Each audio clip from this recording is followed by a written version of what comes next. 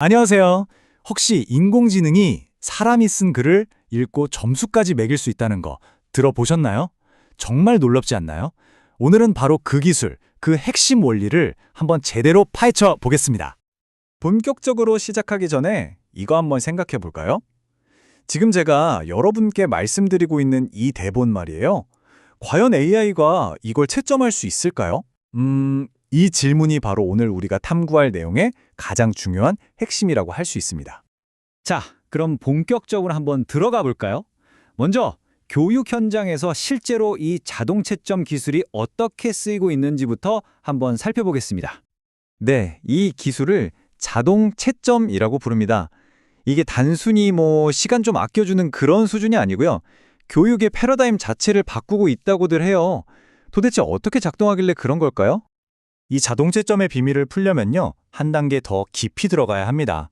바로 컴퓨터가 애초에 어떻게 우리 인간의 언어를 이해하게 됐는지 그걸 먼저 알아야 하거든요. 자, 그 근본적인 과학의 세계로 한번 들어가 보시죠. 그 핵심에 바로 자연어 처리, 영어로는 NLP라고 부르는 기술이 있습니다. NLP가 뭐냐면요, 쉽게 말해서 컴퓨터한테 우리 인간처럼 말하고 쓰고 또 그 뜻을 이해하는 능력을 가르치는 모든 기술, 그걸 다 합쳐서 부르는 말이에요. 이 NLP라는 게 갑자기 짠 하고 나타난 게 아니에요. 역사가 꽤 깁니다. 저기 1950년대 사람이 일일이 언어 규칙을 코딩하던 시절에서 시작해서요. 80년대 들어서는 기계가 방대한 데이터 속에서 스스로 패턴을 배우는 통계적인 방식으로 크게 바뀌었고, 그리고 마침내 2010년대 우리가 잘 아는 딥러닝 혁명을 거치면서 지금의 강력한 모습으로 발전해 온 거죠. 이 표를 보시면 그 변화가 한눈에 딱 들어오죠. 왼쪽이 옛날 방식이에요. 전문가들이 만약 이런 단어가 오면 저렇게 해석해라 하는 식으로 모든 규칙을 다 손으로 만들었어요. 그러니까 조금만 예상 밖의 문장이 나와도 그냥 속수무책으로 무너져 버렸죠. 하지만 오른쪽, 지금의 방식은 완전히 다릅니다. 기계가 수많은 데이터를 보면서 스스로 규칙을 배우니까 훨씬 더 유연하고 또 훨씬 강력한 거죠. 사실 이 NLP, 대단하고 어려운 기술 같지만 이미 우리 생활 아주 가까이에 있습니다.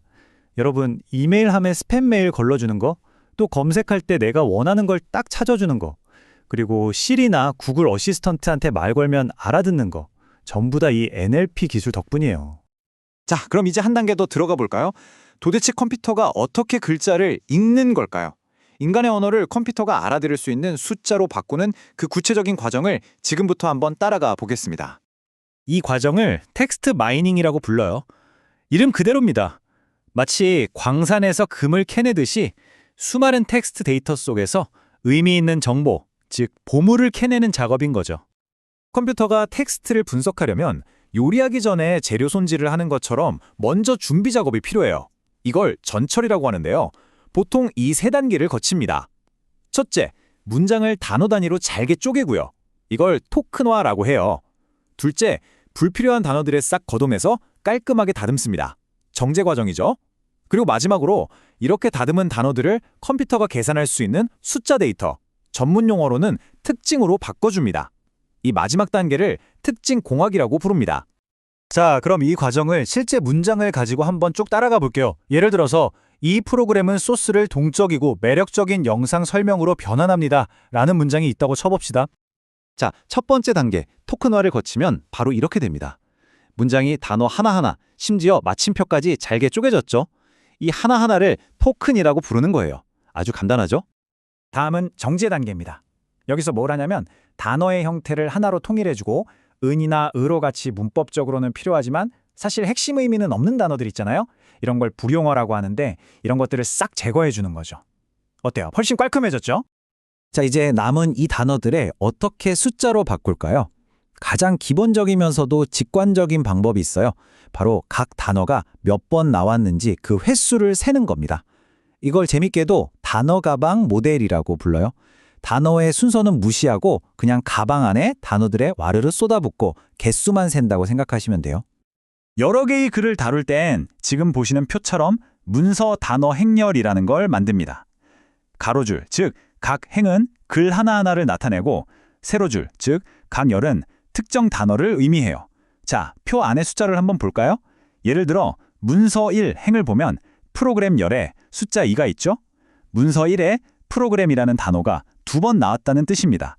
이런 식으로 복잡했던 문장이 아주 깔끔한 숫자 데이터표로 변신하는 거죠. 그런데 여기서 아주 중요한 문제가 하나 생깁니다. 단순히 단어 개수만 세면 단어의 진짜 의미는 알 수가 없잖아요. 예를 들어서 컴퓨터가 사과랑 배가 둘 다 과일이라는 걸 어떻게 알겠어요? 그냥 다른 단어일 뿐이죠. 바로 이 문제를 해결하기 위해 LSA 같은 아주 똑똑한 수학적 기법이 등장합니다. 와, 이 수식 보기만 해도 좀 머리가 아프죠? 괜찮습니다. 원리는 생각보다 간단해요. LSA는 마치 프리즘이 빛을 무지개색으로 쫙 분리해내는 것처럼요. 막 뒤섞여 있는 단어들 속에서 이 단어들은 주로 스포츠에 대한 거네, 이쪽은 경제 얘기구나 하는 식으로 숨어있는 핵심 주제들을 찾아내줍니다. 이렇게 되면 단순히 단어가 몇 번 나왔나를 넘어서 단어들 사이에 숨겨진 의미 관계까지 파악할 수 있게 되는 거예요. 자, 지금까지 컴퓨터가 어떻게 글을 읽고 숫자로 바꾸는지 그 기본 원리를 알아봤습니다. 그럼 이제 이 지식을 가지고 다시 처음 주제로 돌아가 보죠. 바로 에세이 채점입니다. 컴퓨터는 과연 글의 스타일과 내용을 어떻게 구분해서 점수를 매기는 걸까요? 자동 채점은 크게 두 가지로 나눌 수 있어요. 먼저 자동 에세이 채점, 즉 AS는 이 글을 얼마나 잘 썼는가를 봅니다. 문법은 괜찮은지, 문체나 글의 구성은 어떤지 같은 것들이죠. 반면에 내용 채점은 정답을 맞췄는가에 초점을 맞춥니다. 답변이 사실과 맞는지, 정확한지를 따지는 거죠. 보시다시피 목적 자체가 완전히 달라요. 그럼 글을 얼마나 잘 썼는지 평가하는 AS는 구체적으로 어떻게 작동할까요? 마치 탐정처럼 글에서 찾을 수 있는 모든 단서를 다 수집한다고 생각하시면 됩니다. 예를 들면 평균 단어 길이는 어떤지, 문장 구조는 얼마나 복잡한지, 문법 오류는 몇 개나 되는지, 이런 수백 가지의 아주 작은 특징들을 전부 뿜어내요. 그리고 이 단서들을 스타일, 문법, 구성 같은 큰 카테고리로 묶어주죠. 하지만 가장 중요한 건 마지막 단계입니다. 바로 수천, 수만 개의 에세이를 사람이 직접 채점한 데이터를 AI에게 학습시키는 거예요. 그럼 AI는 이 방대한 데이터를 보면서 이런 특징들이 모이면 좋은 점수를 받는구나 하는 패턴을 스스로 찾아내고 이걸 바탕으로 새로운 글의 점수를 예측하는 아주 정교한 모델을 만들어내는 겁니다. 네, 지금까지 자동 채점이 어떤 원리로 작동하는지 쭉 살펴봤습니다. 그럼 이제 마지막으로 한 걸음 물러나서 이 기술이 우리에게 어떤 의미가 있는지, 또 어떤 미래를 가져올지 생각해보면서 이야기를 마무리해볼까 합니다. 결국 에세이를 채점하는 기술이라는 게 무슨 특별한 마법 같은 게 아니라는 거죠. 우리가 매일 쓰는 검색 엔진이나 번역기, AI 비서를 움직이는 바로 그 심장과 같은 기술입니다. 그리고 이게 교육 현장에 적용되면 선생님들은 반복적인 채점 업무에서 벗어나서 학생 한 명 한 명에게 더 집중하고 소통할 수 있는 그런 엄청난 잠재력을 가지고 있는 거죠. 그렇다면 이건 우리에게 어떤 의미일까요? 인공지능의 문법이나 글의 구조 같은 걸 완벽하게 다듬어주는 시대가 온다면 글을 쓰는 우리는, 그리고 학생들은 이제 무엇에 더 집중해야 할까요? 마지막으로 이 질문을 한번 던져보고 싶습니다.